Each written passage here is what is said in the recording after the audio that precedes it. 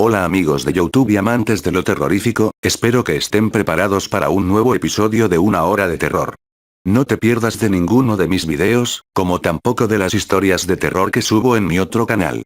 En la descripción les dejo el link como siempre para que lo visiten, al igual que el de mi página oficial de Facebook para que me manden sus historias por mensaje privado, y de esa forma publicarlas en mi otro canal, y hacerles la mención correspondiente.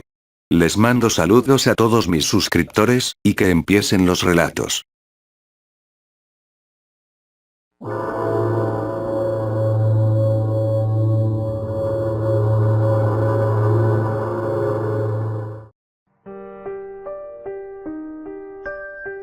Hay cientos de fórmulas y métodos que tratan de cómo funciona el mundo y sus muchos misterios. Matemáticos, filosóficos y científicos. Toma los que más te gusten y puede que te sirvan para contestar esas pequeñas interrogantes que te hacen recapacitar y replantearte unos minutos. Pero aún no hay una forma para desenmarañar aquellos misterios que realmente remueven la curiosidad humana hasta sus raíces. O por lo menos aún no hay un método seguro para hacerlo. Belcebú no solo es un demonio que goza de masticar los cadáveres putrefactos de aquellos que venden su alma a Satanás.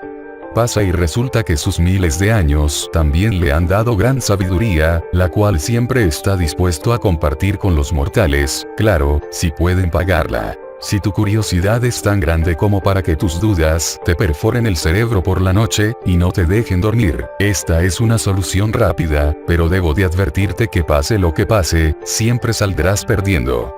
Por supuesto que también hay mucho que ganar, pero la gran interrogante es: ¿cuánto estás dispuesto a perder por el conocimiento? Si tu principal preocupación es convocar a Belcebú y que éste te engañe y sufrir por nada, puedes estar tranquilo.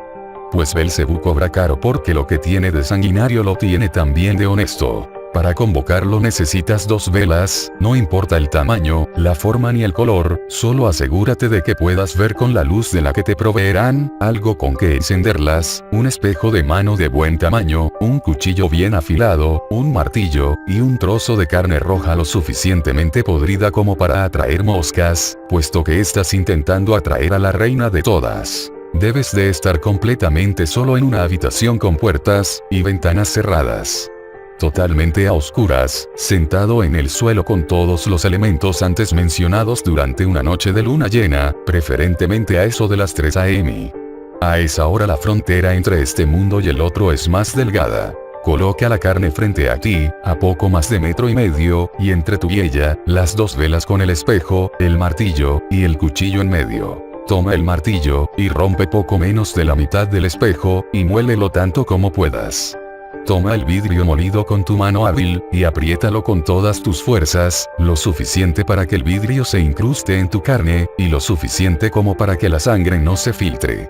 Mientras, clavas la mirada en el trozo sano de espejo y espera. Cuando creas que ya pasaron 5 minutos más o menos, parpadea lentamente 3 veces, y cuando abras los ojos la tercera vez tu reflejo tendrá las cuencas vacías y te sonreirá levemente.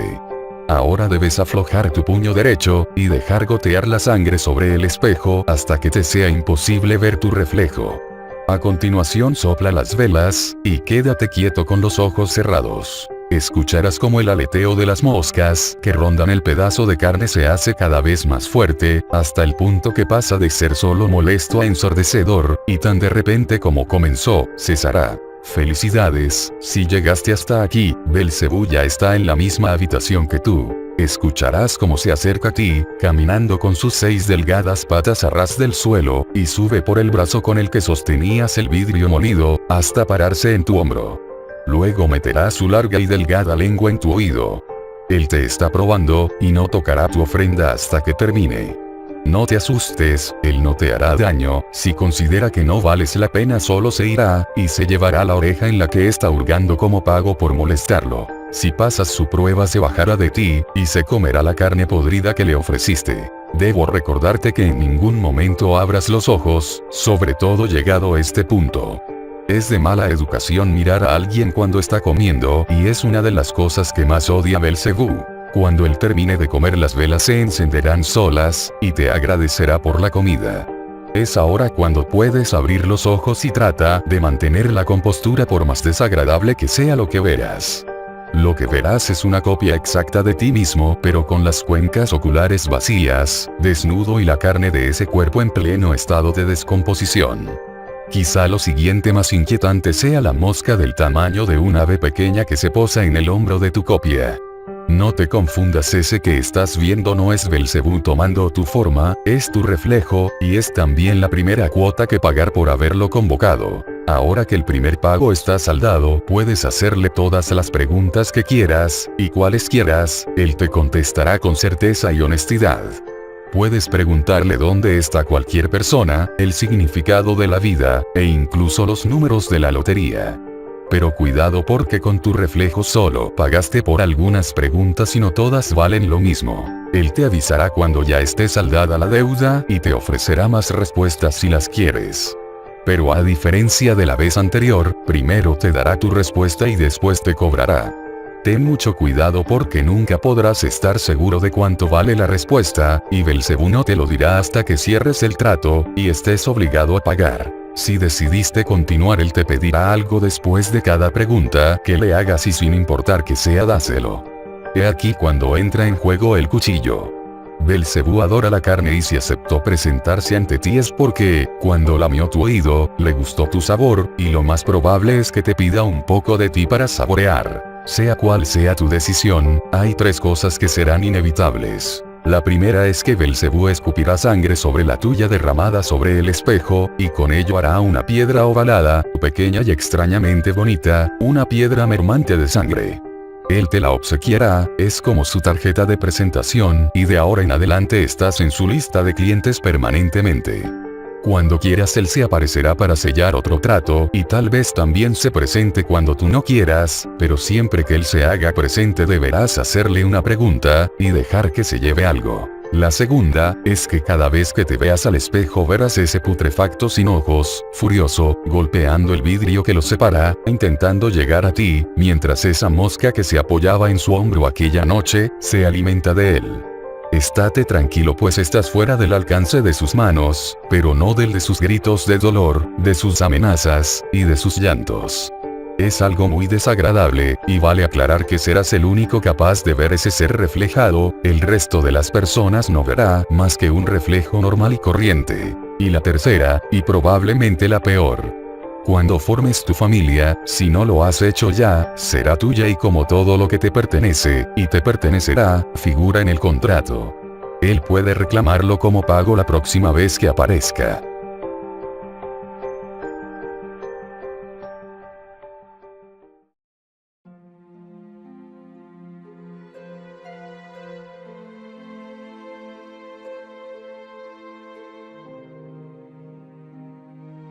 Podemos mirar atrás, y en algunas ocasiones nos encontraremos con pequeños, raros y, a veces, mágicos momentos en los que un llamado golpe de suerte tocó nuestras vidas. Momentos que después o bien no pasaron a más y quedaron en una alegre anécdota, o se volvieron experiencias que verdaderamente influyeron en nuestras vidas. Lo que estoy por contar es la historia de un chico y su golpe de suerte, que pronto se convirtió en una experiencia aterradora que marcaría su vida profundamente, o al menos eso es lo que creo. Ya nadie prestaba atención a lo que decía el profesor, el calor iba en aumento al igual que el sinfín de palabras anotadas en el pizarrón. Mi aburrimiento era extremo y el ambiente del salón no me ayudaba en nada. Mientras paseaba la mirada por el salón, noté que dos compañeros hablaban en voz muy baja. Sin embargo, no fui el único que se dio cuenta de esto. El profesor también los había visto y comenzó a regañarlos, enojado porque no prestaban atención a su muy importante lección, sentimiento reforzado notablemente por el horrible calor del día. Después del regaño, el profesor decidió que como castigo contaran a todos los del salón qué era lo que estaban platicando. Al principio ninguno habló, pero después de que fueron amenazados con la calificación del examen próximo, contaron la historia. Al parecer uno de ellos, Santiago, le contaba a su amigo, Javier, una serie de eventos extraños y escalofriantes, eventos que estaban destruyendo su vida y desmoronando a su familia. Al principio, pocos eran los que le prestaban atención. El clima era insoportable y la idea de escuchar a alguien narrando sus problemas familiares era algo que no queríamos hacer. Pero una vez comenzado su relato, su expresión se volvió sombría, sus ojos se perdieron en el vacío y cuando hablaba parecía hacerlo de manera automática, por mera inercia. En un día normal, Santiago se dirigía a su casa después de haber concluido las clases. Se encontraba tonteando por las calles cuando, según él, un fuerte sentimiento lo hizo ir a un parque que se encontraba cerca de donde estaba. Al llegar, simplemente no supo qué hacer, así que comenzó a caminar por la pista que normalmente utilizan los ciclistas. Después de caminar un rato, se dio cuenta de que, aunque las clases habían terminado hacía un rato, no había ningún adulto o niño en el parque. Mientras sus pensamientos se alborotaban debido a tan extraña soledad, se dio cuenta de que, un poco más delante de donde estaba parado, había algo similar a una carriola. Tardó unos momentos en decidir, pero al final se acercó. Era una carriola de color negro, y conforme se iba acercando comenzó a escuchar lo que parecían ser unos balbuceos de bebé. Al encontrarse a tan solo unos pasos, se detuvo en seco. ¿Por qué se encontraba un bebé solo en medio del parque? Pensó, ¿que acaso no tenían miedo de que se lo llevaran? Mientras estas preguntas invadían su mente, una pequeña mano se asomó por la carriola, impulsándolo a asomarse dentro de esta. Lo que vio fue un pequeño niño, balbuceando, pataleando, nada extraño en sí. El niño parecía estar jugando con algo, un pequeño objeto redondo, y de color plateado. Estaba tan absorto en su juego que no se había percatado de que Santiago estaba ahí. No tengo idea de si fueron minutos u horas los que estuve viendo al bebé jugar, por un momento mi mente incluso quedó en blanco, comentó Santiago. Cuando por fin me di cuenta, el bebé había dejado de hacer ruidos, y me miraba fijamente. Los ojos del infante se apartaban de Santiago, su mirada era inquisitiva, curiosa, como si estuviera viendo a un extraño bicho o animalito. Finalmente, en un movimiento muy rápido, tal vez demasiado rápido para un bebé, el niño le extendió la mano en la que tenía aquel objeto plateado, que resultó ser una tapa de refresco. Pero al parecer tenía algo escrito en ella. Después de dudarlo, Santiago la tomó, y al hacerlo el bebé nuevamente perdió interés en él, y retomó su juego. Santiago leyó la inscripción de la tapa y su asombro no encontró cabida a lo que estaba viendo. La tapa tenía la leyenda ganadora de un concurso de la refresquera, cuyo premio, que Santiago había visto en algún momento en un comercial de televisión, era una camioneta totalmente nueva. Mi compañero no podía creer su suerte, un bebé le acababa de regalar una camioneta nueva. Observó de nuevo a su alrededor en busca de otra persona, pero no vio a nadie. Comenzó a alejarse de la carriola, primero caminando y luego casi corriendo, pero un momento después se detuvo en seco. No podía dejar al bebé solo a medio parque. Cuando se dio la vuelta, vio como una mujer se inclinaba sobre la carriola y levantaba al bebé, mientras que el pequeño reía, y sonreía al ver a la mujer que sacaba un biberón para luego dárselo. Parecía ser su madre o niñera, así que pensé que estaría bien, dijo Santiago. Ya a esta altura, muchos nos habíamos olvidado de la clase por completo. Incluso el profesor parecía muy intrigado por el resto de la historia. Así pues, Santiago continuó. En ese instante la señora levantó la mirada y me vio. Al notar que yo también la veía, me sonrió y saludó con la mano, y después tomó la carriola y se fue. Al parecer no notó que le faltaba aquel pequeño objeto plateado con el que jugaba el pequeño. Santiago se encontró perdido por un segundo, no sabía qué hacer. Finalmente, comenzó a caminar muy aprisa hacia su casa, sin volver a mirar atrás. Al llegar a su casa botó la mochila al piso y buscó a sus padres. Su mamá se encontraba lavando los platos, mientras que su papá intentaba arreglar una pata suelta del sillón de la sala. En este punto muchos de mis compañeros y yo pensamos que oír el resto de la historia sería inapropiado, pero, de nuevo, nadie detuvo a Santiago. El joven les dijo a sus padres acerca de la tapa, pero omitió todo lo relacionado con la extraña señora y el bebé. Hasta la fecha no sabe por qué. Su padre no tardó mucho en sugerir que reclamaran el premio, pero su mamá se sintió un tanto insegura con todo el asunto. El padre de Santiago tardó 3 días para poder convencer a su esposa y que así pudieran reclamar el premio. juntos, Santiago y su papá llamaron a la refresquera y, después de solicitar algunos datos inscritos en la tapa de refresco, corroboraron que en efecto era una de las tapas premiadas.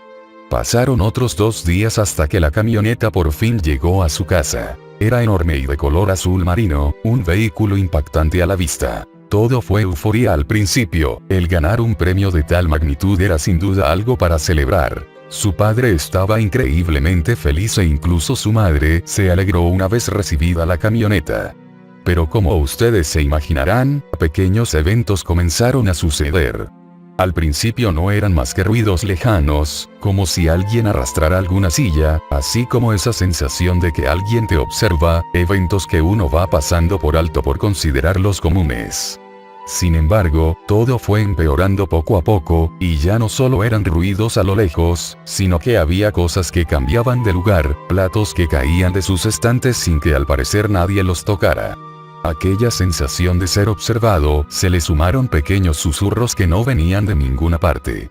En una ocasión, estaba en el baño cepillando mis dientes para poder ir a la escuela, y cuando me estaba enjuagando la pasta dental, escuché un susurro que dijo, «¿Ya te vas?». Me asomé al pasillo pero no había nadie, y mis padres estaban en el piso de abajo, por lo que no pudieron ser ellos. Después de eso salí de la casa, no tenía ganas de hablar con nadie, así que no le dije nada a mis papás. En ese momento del relato, volteé a ver al resto del salón, y me encontré con otros compañeros que hacían lo mismo, volteaban a su alrededor desorientados, como si acabaran de despertar repentinamente de un sueño o un aletargamiento. Todo fue extraño por un instante, solo Santiago se encontraba de pie junto a su butaca, en tanto que todos los demás, incluido el profesor, nos encontrábamos sentados, con la expresión tensa, rígida, parecía que estábamos en algún tipo de trance. El clima que se percibía en mi casa comenzó a tornarse pesado, tétrico en pocas palabras, tenebroso, continuó Santiago. Sus padres parecían estar de mal humor con más frecuencia, toda pequeña discusión se convertía con alarmante facilidad en una pelea verbal muy agresiva. En una ocasión su padre estuvo a punto de golpear a su madre, pero se logró controlar de último momento. Otro día, su madre se enojó tanto con Santiago que, después de gritarle, arrojó un vaso que por poco golpea al chico en la cabeza. Los pleitos familiares estaban subiendo de tono con cada día que pasaba, y en algún momento la palabra divorcio salió en un grito histérico de la boca de la madre de Santiago. Y después, todo simplemente se fue al caño cuando recibimos aquella llamada, dijo mientras un escalofrío que lo hizo temblar recorría su cuerpo. Nos contó que, una mañana, el teléfono comenzó a sonar, y cuando él contestó una voz extraña le dijo, ¿qué te pareció mi regalo? ¿Lo estás disfrutando? Cuando le hizo estas preguntas soltó una carcajada que lo aterrorizó.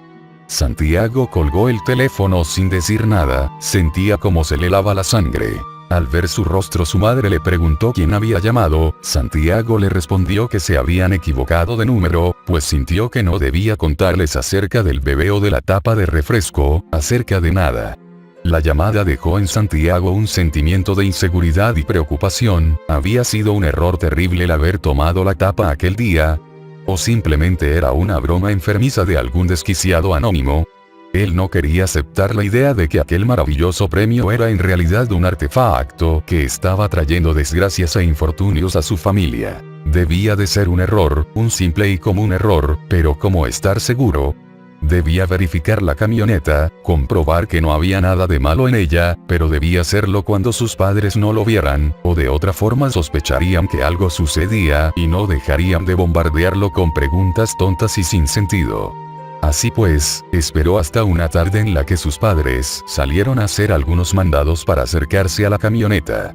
El vehículo estaba estacionado en una pequeña cochera improvisada que la familia anteriormente utilizaba como bodega, tenía una cortina de aluminio que daba hacia el exterior y su padre había colocado 2 bloques cortados en forma de triángulo al final de la banqueta para que sirvieran de rampa al automóvil a la hora de sacarlo a la calle. Santiago se acercó con cautela a la camioneta, era imponente, pero no vio nada extraño en ella, solamente un vehículo como todos aquellos que circulaban en la calle en ese instante. No había forma de que estuviera embrujada o maldita o algo, ¿o sí? Santiago abrió la puerta del conductor y se sentó frente al volante. Al instante se sintió diferente, más grande, y sería eso. Sí, lo era. Con algo de poder. Estaba centrado en sus pensamientos cuando, de repente, la puerta se cerró de golpe. Santiago intentó abrirla, pero aunque no tenía el seguro puesto, la puerta no se abría. Después escuchó una risa y dejó de empujar la puerta. Había vuelto a escucharla, pero ¿de dónde provenía? La risa se escuchó una vez más, solo que esta vez la acompañó un estruendoso golpe a la puerta del conductor, sobresaltando a Santiago, quien intentó abrir de nuevo la puerta sin éxito alguno. Se dirigió hacia la puerta del copiloto y esta sí se abrió, pero en el instante que comenzó a bajar del automóvil algo le arañó la pierna derecha con suficiente fuerza como para romper sus pantalones y dejar una herida muy profunda. Santiago cerró de nuevo la puerta y quedó encerrado en la camioneta una vez más. Se volvió a escuchar la risa, seguida de unos pasos que al parecer estaban rodeando la camioneta. Esa cosa estaba buscando la manera de entrar a la camioneta, de hacerle daño, de atraparlo. Tenía que salir de ahí, debía alejarse lo más que pudiera de la camioneta y decirles a sus padres que debían deshacerse de ella. Pero antes de que siquiera pudiera pensar en un plan, escuchó una voz que provenía de la parte trasera de la camioneta. ¿Estás disfrutando de mi regalo?, dijo la voz. Estoy seguro de que era la misma persona que había hablado por teléfono, comentó Santiago. Pero al intentar voltear para ver a aquella persona, sintió como si alguien lo golpeara con una fuerza tremenda, y de pronto todo se volvió negro. Al parecer quedó noqueado por bastante tiempo, ya que fueron sus padres quienes lo despertaron. Su padre lo había encontrado desmayado en la camioneta, y lo llevó dentro de la casa para acostarlo en el sillón de la sala. Santiago se sentía débil, todo su cuerpo estaba adolorido y su cabeza parecía que estaba a punto de explotar. Su madre entró a la sala con una taza de té y se sentó junto a su hijo. Ambos le preguntaron al chico qué había sucedido en la cochera, y este se limitó a ver sus piernas con el pantalón intacto, como si nunca hubiera sucedido aquel evento. Pero al levantarlo, ahí estaban.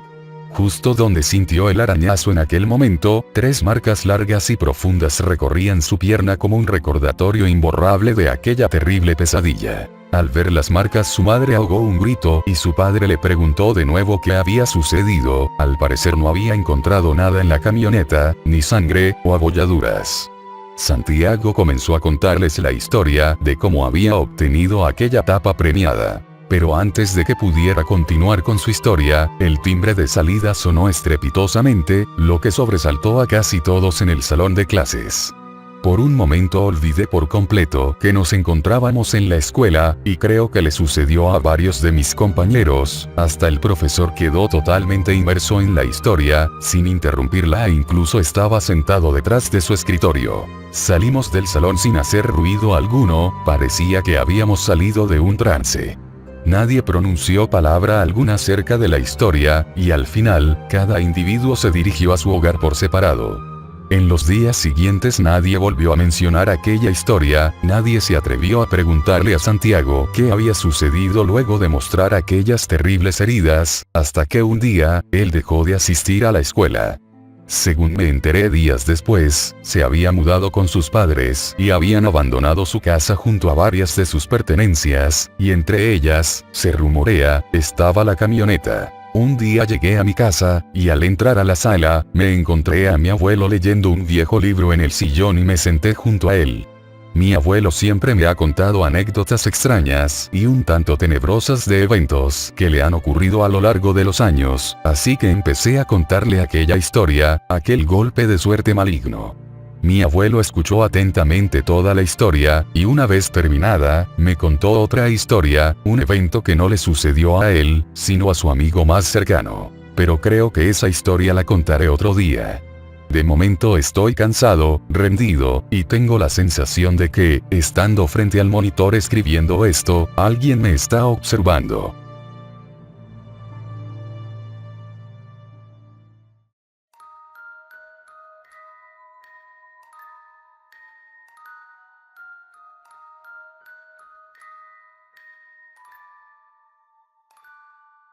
Levántate, Martín, si salimos más tarde mamá no nos dejará ir, y menos ahora que me odia. Le sugirió sutilmente María, de 7 años a su hermanito de 6. Casi era invierno en Allynville, y en la pradera inmediata al jardín de su casa, se veían a lo lejos diminutas criaturas con desproporcionadas colas rojas. Martín, te dije que no te acostaras tan tarde. Por tu culpa tendré que esperar otro año para ver a las ardillas. Increpaba molesta mientras abrazaba un peluche casi idéntico a las ardillas reales. María se arrodilló en el suelo, y posó su rostro justo enfrente de Martín, y tercamente le susurraba con una insistencia casi mecánica. Levántate, levántate, levántate. Está bien, susurró por última vez, como si fuera el último de los secretos antes de emprender un largo viaje. Te dejaré dormir, pero cuando despiertes tendrás que decirle a mamá que tú fuiste el que manchó la alfombra. Le besó en la mejilla, y salió de la habitación. Martín dormía, pero tenía pesadillas, sus cejas formaban una extraña curva de sobresalto que difería del resto del rostro, como una isla de dolor en un océano de negación, como un duelo interno que se libró durante la noche, y se postergó hasta la mañana. Una ínfima lágrima que no alcanzó a usar su mejilla, como columpio se evaporó entre sus pestañas. Vete ya, furcia malnacida, lárgate, cerda hija de puta. Si te vuelvo a ver en su cuarto te arranco los ojos, y se los doy a los cuervos.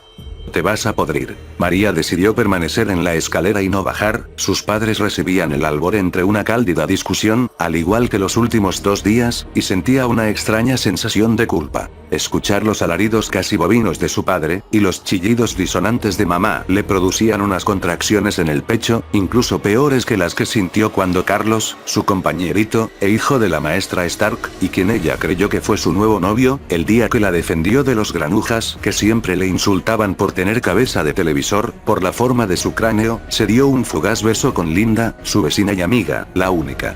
Ese día, la pequeña María tuvo su primer encuentro con el dolor maduro, visceral, de ese que no es un dolor de muelas, ni un palmadón de papá. La acústica de toda la casa era desconocida para ella, a veces le parecía que estaba en un enorme cine, y ella era la protagonista, ella soñaba que era actriz, y el coprotagonista era Carlos, aún después de lo de Linda. Se sentía inmersa en una escena atestada de espeso silencio solo interrumpido por los gritos del primer piso, y por lo que para ella sonaba como una palpitación. Mami, ¿las casas tienen corazón?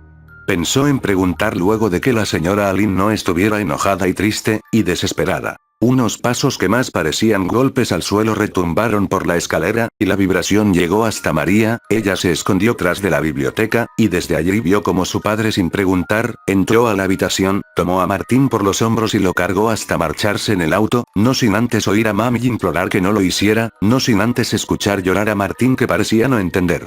Ella sintió miedo, por Patty, por Mami, por Martín, porque no entendía, por el silencio que ella seguía sintiendo sin siquiera pensarlo, por las palpitaciones. ¿Mami? Preguntó María tan tenue, e insegura que parecía no querer ser escuchada en realidad. Su madre daba vueltas por el living, mientras hacía sonidos que se asemejaban a gemidos robóticos ininteligibles. ¿Mami? Preguntó de nuevo. Cuando mami no tomaba las pastillas, aparecían sujetos que María jamás veía, pero con los que mamá en las noches discutía. A veces les arrojaba objetos, a veces incluso los vecinos llamaban a la policía. Hacía varias noches no había tomado las pastillas, a veces los señores invisibles le obligaban a hacer cosas muy malas a mamá, a veces Patty tenía que amarrarla a la cama con su cinturón, con el consentimiento de ella, o los invisibles volverían. Ya, déjenme en paz, tienen que dejarme en paz, no es mi culpa, han sido ustedes, yo no quise hacerlo, yo la defendí de ustedes. María se horrorizó tanto porque al parecer esos señores invisibles habían vuelto con aquel estruendo parido por la garganta de su madre, también intuyó que hoy sería otro día más, en que mami la ignoraría completamente. Mami llevaba varios días así, sin verla, sin oírla, sin responder a sus preguntas de niña de 7. Pero en las noches, por algún motivo, lloraba antes de cerrar la puerta de su habitación, y darle las buenas noches. Se percató que mami empezó a ignorarla después de aquella madrugada en que la descubrió espiándola, mientras discutía con los invisibles.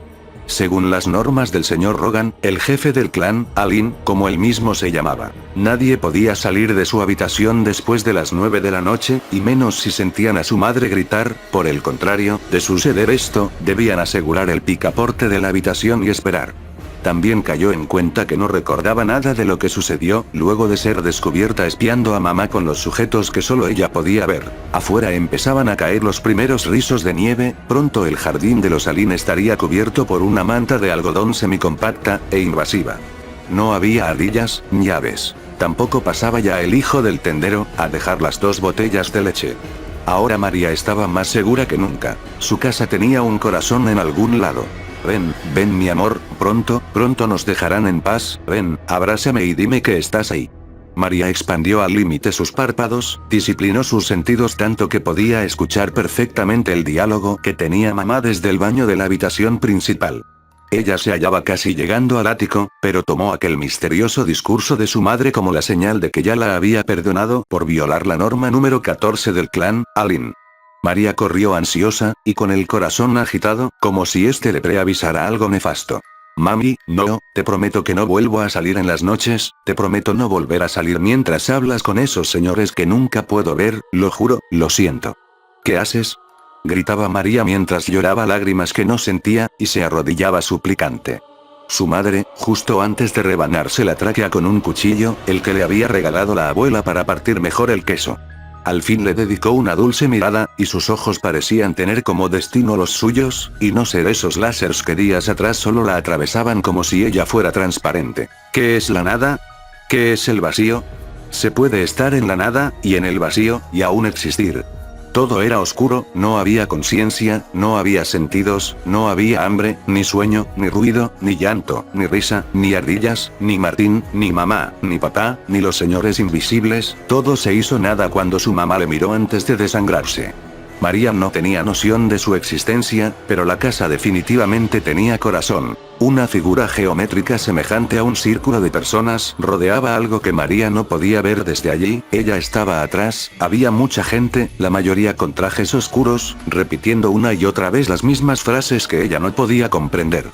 Era un ritual extraño, recordó una película, donde varias personas acordeonaban una estrella de 5 puntas dibujada en el suelo, las personas vociferaban en un lenguaje extraño y súbitamente emergía de la estrella una figura demoníaca, esa escena le asustó hasta el punto de jamás volver a prender la tele después de las 9. María estaba en un estado de trance, como si hubiera pasado por un letargo forzado y doloroso, pero no todo era malo, alguien le sujetaba la mano, alguien no solo no la ignoraría más, sino que ahora le sonreía, y lucía un radiante vestido púrpura. Era su mamá. María sintió una paz que nunca sintió en su vida, ya no le importaban las personas de negro reunidas alrededor de algo que ella no podía ver, aunque allí estuvieran su hermanito y su padre, postrados, llorando, gimiendo, como si fueran a vomitar algún órgano interno.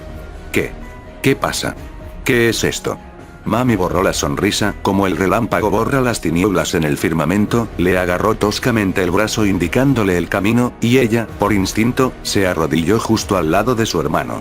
Trató de consolarlo, pero él también seguía enojado, la seguía ignorando, seguía mirando fija pero infinitamente unas inscripciones en piedra que decían: María Fiorella Alin. La mejor hija, la más dulce hermana Alinville, 1999-2008. Justo a su lado, vio como una figura calcada, idéntica de su madre, reposaba con rostro inexpresivo y pálido, dentro de un cajón marrón que descendía dilatadamente hacia un enorme orificio en la tierra. La señora Alin se agachó, le susurró unas palabras con un tono que perforó a María desde el oído hasta el talón. Ahora los locos serán ellos, mi amor. Papito no me atormentará más, ahora él soportará a los invisibles.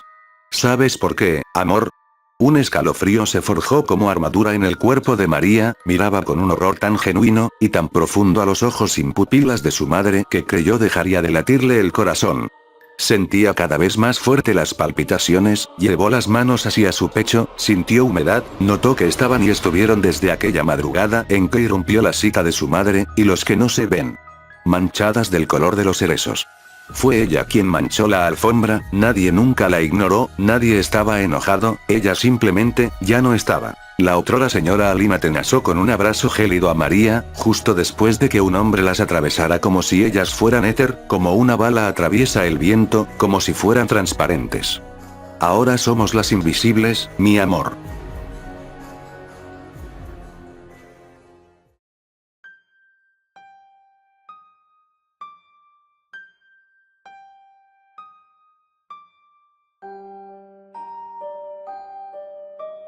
18 de abril del 2005. La pequeña se levantó sobresaltada, con la respiración pesada. Sintió que alguien la observaba. Miró a su alrededor y solo vio a sus compañeras dormir pacíficamente. Ojeó el reloj que estaba en la mesita de luz, y suspiró al ver que eran las 3:30 de la mañana. Giró su vista hacia la ventana, y se quedó mirando hacia un punto fijo. Algo había llamado su atención. Se colocó una sudadera, y salió de la cabaña que compartía con 4 niñas y su maestra. Sintió el pasto húmedo acariciar sus pies descalzos mientras se acercaba a la fogata que yacía en el suelo. Para la pequeña era algo hermoso, nunca había visto un fuego así, estaba atónita. Podía ver su fulgor en esa flama de color amarilla y azul. La brisa chocaba con su rostro. Podría estar horas y horas mirando aquella fogata. Quería sentirlo, y sin pensarlo 2 veces, se acomodó de rodillas mientras acercaba sus pequeñas manos al fuego. Entonces ocurrió. Una voz resonó detrás suya, mientras que en su rostro se apreciaba una gran sonrisa de oreja a oreja. Alex, ¿qué crees que haces? Era su maestra, que se acercó hacia la niña con espanto por lo que acababa de hacer. 5 de julio del 2009. El viento movía las hojas secas del pavimento con violencia, incluyendo el pasto y los árboles. No era una noche muy agradable, y mucho menos para Alex. Se la pasaba encerrada en su habitación. No comía, no dormía, daba vueltas en su habitación. Su mente se preguntaba pero sus pensamientos la contradecían. Ya había perdido la noción del tiempo. ¿Cuánto habrá pasado ya desde aquel suceso que le cambió la vida? 3, 4 días, semanas, meses, años.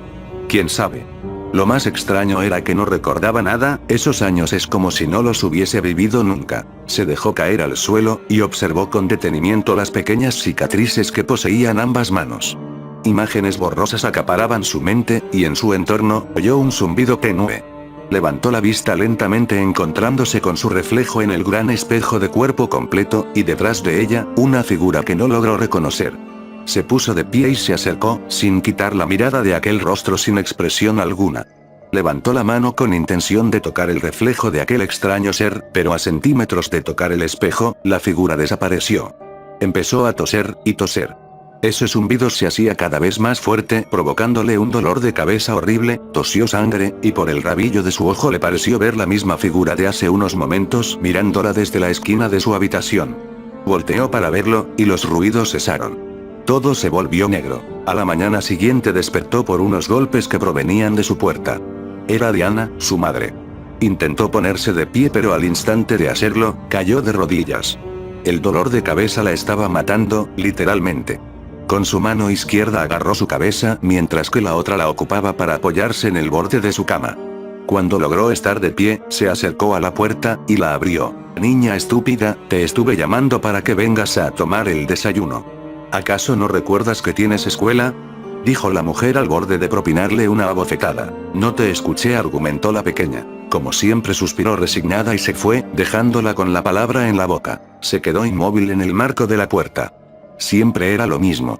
Sus padres no la querían mucho porque, desde siempre, percibían algo que no estaba bien en ella.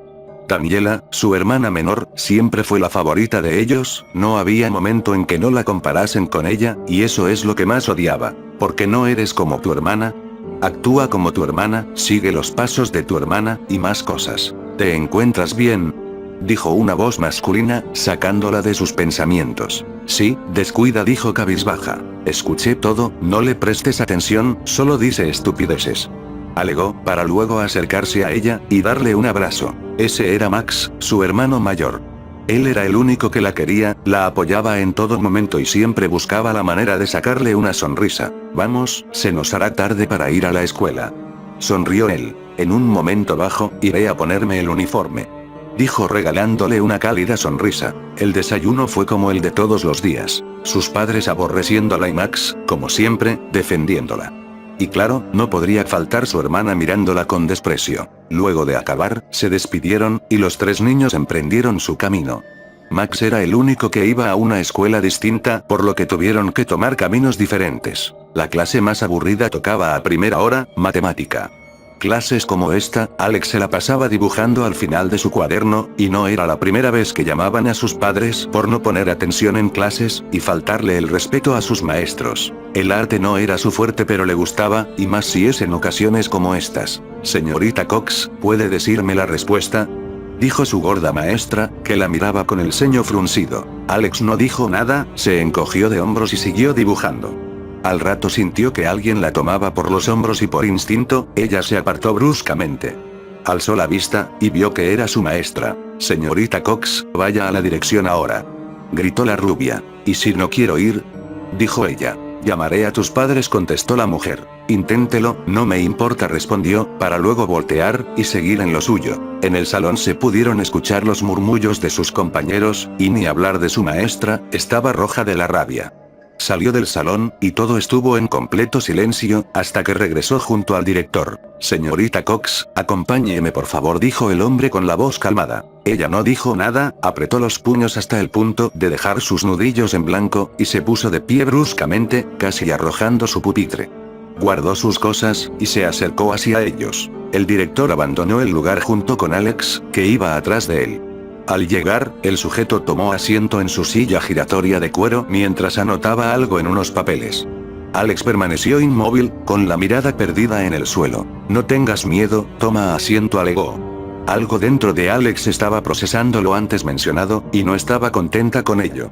Al final hizo caso, y dejó su bolso a un costado de su silla. Sé que no tiene nada que ver con tu castigo, pero revisé tu constancia, y vi que tenías una discapacidad, fue interrumpido. ¿El no sentir miedo te hace un discapacitado?, argumentó, con la mirada fija en él. Esa no sería la palabra correcta, garraspeó nervioso el sujeto. Como sea, esta no es la primera vez que vienes aquí por faltarle el respeto a tus mayores, y llamar a tus padres no ayuda en nada, pausó.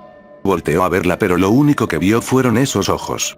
Por un momento sintió que le perforaban su alma. Vas a permanecer aquí hasta que toque el segundo timbre de receso, eso es todo, dijo, para luego levantarse y salir por la puerta. Idiota, susurró Alex. Pasaban las horas, y ella seguía en el mismo lugar.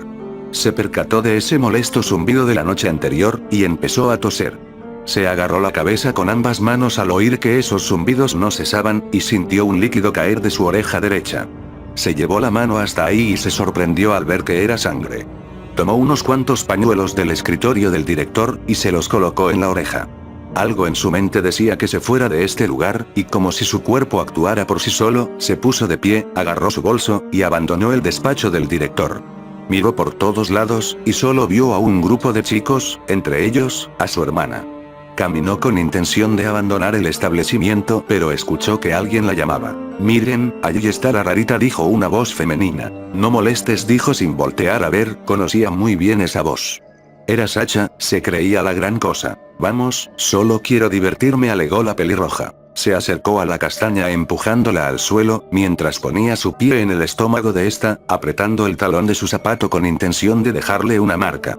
Alex mostró una mueca de dolor, y volvió a sentir ese zumbido. Hazlo, susurró una voz en su mente. Hazlo, puedes con ella. Dio un gemido de dolor al ver que su propia hermana le había propinado una patada en el estómago. Hazlo, ¿o acaso le tienes miedo?, susurró esa voz, y solo bastó eso como para sacarla de sus casillas. Vio su bolso en el suelo y de ella, una tijera sobresalía, y sin pensarlo dos veces, se acercó con discreción y la agarró. Hazlo, una gran sonrisa apareció en su rostro, clavando la tijera en la pierna de la pelirroja.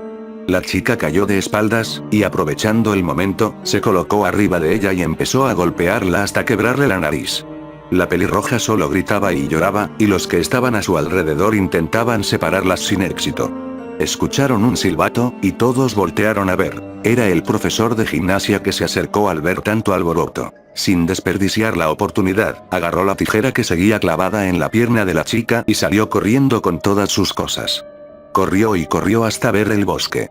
Se adentró a lo profundo de este, y se dejó caer al suelo. Necesitaba descansar. Cuando logró calmarse, miró sus manos cubiertas con sangre, y sintió un leve tirón en su nuca. ¿Esto había hecho ella?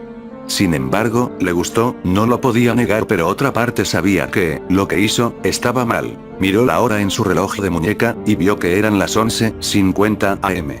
Faltaban solo 10 minutos para que la escuela acabase. Pero había algo que no lograba sacar de su mente, su hermana la vio hacer tal acto, y la conocía muy bien, les contaría a sus padres, mátala, dijo otra vez aquella voz. ¿Matarla? Podría hacerlo. ¿En qué cosas piensas, Alex? Se dijo ella misma. Se limpió las manos en un pequeño río que encontró en el bosque y se alejó, viendo a lo lejos el pavimento de la calle. La estaba cruzando pero se quedó inmóvil en medio de esta, su cuerpo no correspondía a sus acciones, es como si algo lo estuviese controlando. Escuchó la bocina de un coche, y alguien llamándola. ¡Alex! ¡Cuidado! Gritó una voz bastante conocida. Esa persona la empujó mientras se escuchaba un gran golpe.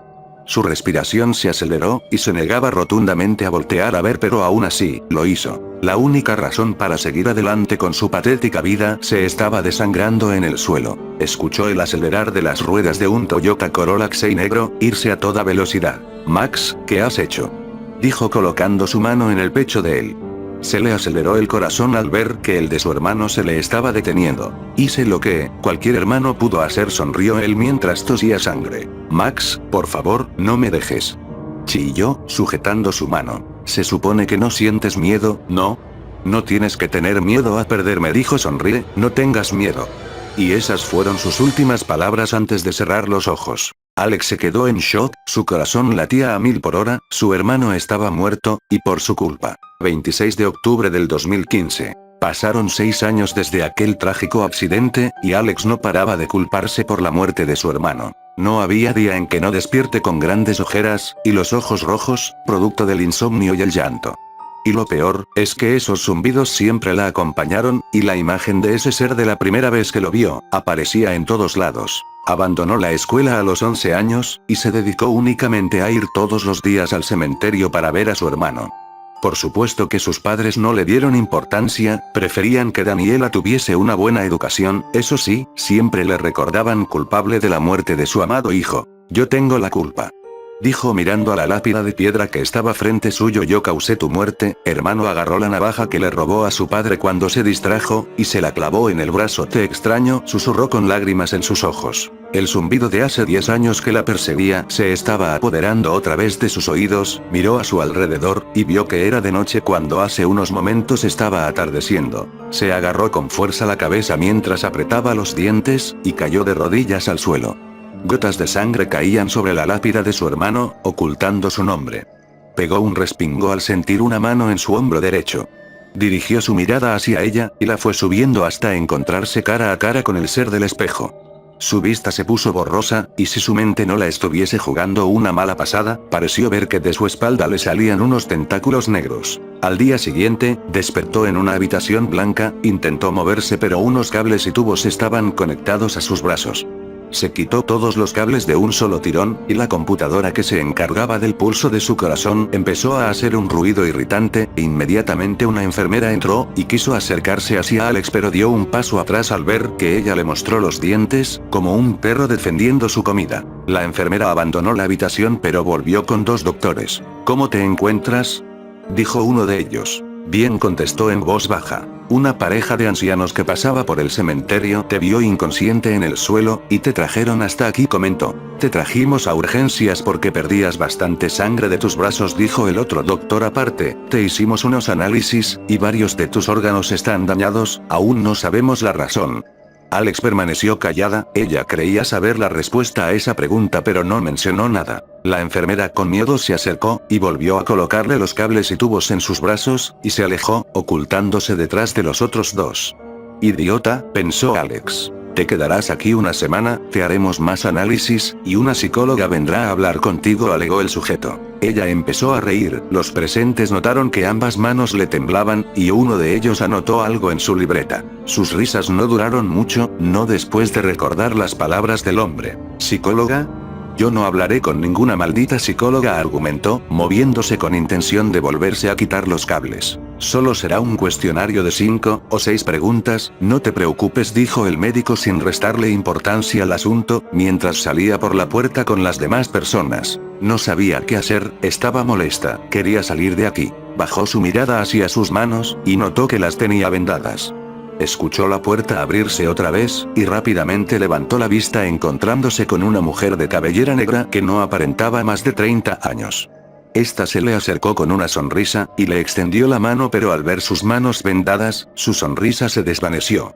La mujer tomó asiento al lado de su cama. Alex, ¿verdad? Ella asintió lentamente. Soy Megan, y vengo a charlar un poco contigo, dijo. Yo no quiero hablar con usted, contestó ella molesta. Cielo, mientras más rápido hagamos esto, será mejor para ti, argumentó, captando la atención de la joven. Bien, ¿cómo es tu nombre completo, Alex? Dijo. Alexandra Dakota Cox, contestó. ¿Cuántos años tienes? 17, respondió mientras veía a la mujer anotando en su libreta. ¿Cuándo es tu cumpleaños? 11 de marzo, ¿has tenido pérdida de memoria estos últimos meses? Sí, respondió en voz baja. ¿Sabes qué lo podría provocar? Antes de contestar, escuchó los zumbidos, abrió grande los ojos, y solo alcanzó a decir un no algo inaudible. ¿Quiénes forman parte de tu familia? Guardó silencio unos minutos antes de contestar la pregunta. Mi padre, mamá, mi hermana y, se detuvo. Cariño, sé lo de tu hermano, lo siento, dijo la mujer mirándola con pena. Alex asintió con la cabeza, y bajó la vista con la mirada completamente vacía. ¿Qué estabas haciendo antes del accidente? Estaba en el bosque. ¿Qué hacías allí? No dijo nada, sus ojos se abrieron más de la cuenta, y esos zumbidos se hicieron más fuertes a tal punto de provocarle migraña. Alex, dijo la mujer. Su respiración estaba acelerada, y la computadora que controlaba su pulso no paraba de emitir ese ruido irritante. Dirigió su vista hacia la esquina de la habitación, y ahí estaba él. Lo último que escuchó antes de desmayarse, fue a la mujer gritar. Cuando despertó tenía una mascarilla puesta, y de él un pequeño humo sobresalía de los lados. Miró a su alrededor, y vio a uno de los doctores de hace horas atrás. ¿Te encuentras bien?, dijo mirándola. Ella solo se encogió de hombros, y miró hacia la ventana que estaba a su izquierda. Megan dejó anotado en un papel que empezaste a respirar agitadamente, y luego te desmayaste, pero descuida, no fue nada grave, comentó mientras guardaba su bolígrafo en el pequeño bolsillo de su bata. ¿Dónde está ella?, dijo Alex. No lo sabemos, solo dejó esa nota, contestó él, dejando ver la preocupación en su voz. Por alguna extraña razón, el saber eso, hizo que a Alex le apareciera una sonrisa muy tétrica. Los días habían pasado rápido, precisamente hoy era viernes, y los enfermeros le dieron el alta a Alex. Una de las enfermeras le trajeron su ropa, que consistía en una remera color vino tinto, y sudadera, pantalón, y zapatillas color negro. Se arremangó la sudadera hasta los codos, dejando ver las vendas que rodeaban ambos brazos hasta sus nudillos, y abandonó el lugar no sin antes echar un escupitajo al suelo. Odiaba los hospitales, le traían malos recuerdos. Estaba atardeciendo y el clima estaba algo fresco. A paso lento se dirigía a su hogar con la mente en blanco. El sonido de motores de los coches era lo único que se escuchaba alrededor. El zumbido se estaba haciendo presente, levantó la mirada y se sorprendió al ver que estaba afuera de su casa. ¿Cuándo había llegado? Se acercó a la puerta principal, pero estaba cerrada. Se dirigió al garaje, y vio una gran tela blanca cubrir el coche de su padre. Se acercó hasta allí con intención de tapar el capó que estaba sin cubrir, y se llevó con la gran sorpresa de que estaba abollado. Le pareció raro, pero no le dio importancia y entró a su hogar. Lo primero que vio fue a su padre sentado en el sofá mirando el clima, y a su madre limpiando el piso con el trapeador. Cuando voltearon a verla empezaron a atacarla con sus palabras. Ya llegó la escoria, suspiró su padre. Pensé que te habías muerto, dijo su madre. A pesar de no demostrarlo, a Alex le dolían sus palabras. Dispuso de subir a su habitación, pero una mano la detuvo, se giró encontrándose con la mirada de su madre. Cuando yo hable, me tienes que mirar a los ojos, comentó para luego darle una bofetada. Esa sensación que tuvo cuando golpeó a aquella niña hace años se estaba apoderando de ella. No dijo nada. Se soltó bruscamente del agarre de su madre, y subió las escaleras. Una vez en el segundo piso, divisó una puerta de color gris, era la habitación de su hermano. Solía estar la mayor parte de su tiempo allí jugando con él, pero desde su muerte, nunca más volvió a entrar. Pasó al lado de él, y los zumbidos se hicieron demasiado potentes, su cuerpo actuó por sí solo, y tomó el picaporte de la puerta para abrirla, y entrar a la habitación. Miles de imágenes aparecieron en su mente, empezó a toser, y escuchó la puerta cerrarse atrás de ella. Su mente era un mar de alucinaciones. Escuchaba el llanto de bebés, cuervos con ojos rojos revolotear el cuarto, grillos, y olía cuerpos de personas en estado de descomposición. Empezó a toser sangre. Levantó la mirada, y se encontró con la de Max. Estaba atónita, su hermano estaba sentado sobre su cama con una pequeña sonrisa que reflejaba tristeza. Se escuchaban las gotas de lluvia salpicar la ventana seguido de un rayo. Hizo el intento de acercarse a su hermano, pero un destello blanco la dejó aturdida. Cuando abrió los ojos, él ya no estaba, y solo encontró una nota sobre su cama que decía: "No tienes la culpa, él me mató". Y como si fuese la pieza que faltaba para armar el rompecabezas, miles de cosas se cruzaron por su cabeza. El Toyota negro, la despreocupación de sus padres ante la noticia, y el auto de su padre abollado. Alex estaba hecha una furia, después de tantos años, su padre había matado a su propio hijo. Apretó los puños, y lo primero que captó su vista fue un bate de béisbol de Max. Lo agarró, salió de la habitación, y se acercó hacia él con una sonrisa extremadamente grande. "Quítate del medio", dijo él. "Fuiste tú". Fue lo primero que articuló Alex. ¿De qué hablas, niña tonta?, preguntó el padre con el ceño fruncido. "Mataste a Max, no mientas", argumentó ella con la mirada fija en él. Hubo varios minutos de silencio para luego escuchar la risa de su progenitor por toda la sala. "Bien, tienes razón, fui yo. Pero mi intención no fue matar a tu hermano, era a ti de quien quería deshacerme, eres un estorbo, y sabía perfectamente que después de tu escuela cruzarías aquella calle, donde le costó la vida al imbécil de tu hermano". Se echó a reír. En ese momento, algo dentro suyo se rompe. Todo pensamiento equitativo se destruye. Los zumbidos se apoderaron de sus oídos nuevamente, y dirigió su vista hacia el frente. Ahí estaba él, hazlo. Alex levantó el bate al mismo tiempo que se escuchó un rayo. El deseo de matarlo se apoderaba, y empezó a asestarle con el objeto en mano varias veces. Su padre no tuvo tiempo de reaccionar, y se encontraba tirado en el suelo gritando del dolor. La risa de Alex era escandalosa. Después de tantos años, se estaba desquitando con cada paliza que le proporcionaba a su ahora difunto padre. Estaba desfigurado. La sangre manchó todo lo que había a su alrededor, tanto los muebles como la alfombra estaban pintados de un lindo color carmesí. Escuchó el grito de su madre y volteó a verla.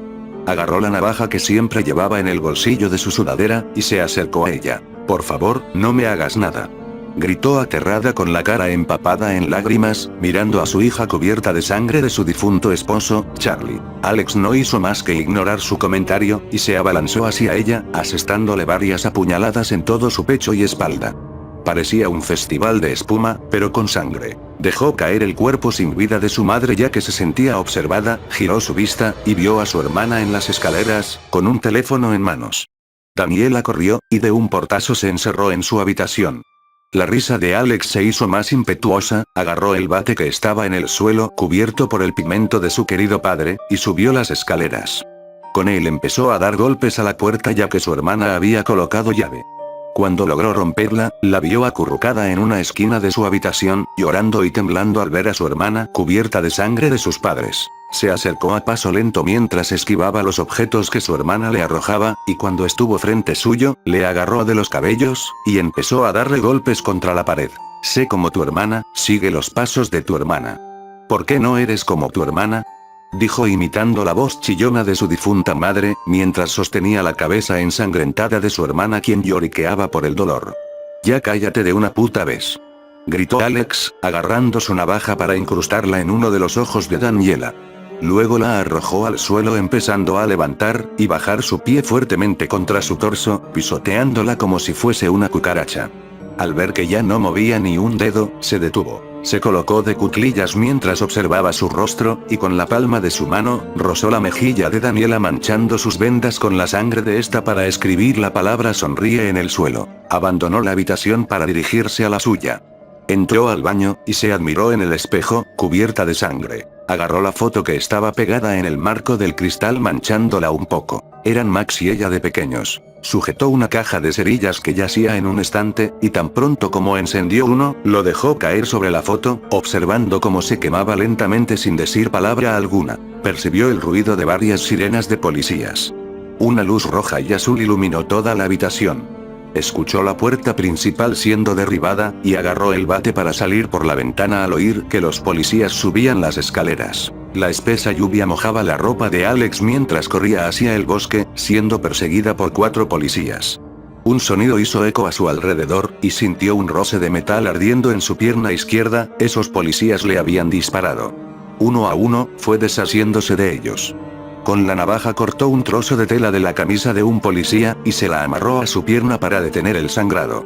Miró a su alrededor, y a lo lejos vio una especie de fábrica abandonada, pensó que sería un lugar perfecto para refugiarse hasta que pase la tormenta. Cuando llegó, se dejó caer al suelo y empezó a toser y escuchar, otra vez, esos zumbidos. Levantó la mirada, y se encontró con la de otra persona. Vestía una sudadera blanca cubierta de sangre, jeans oscuros, guantes color vino tinto, y zapatillas negras.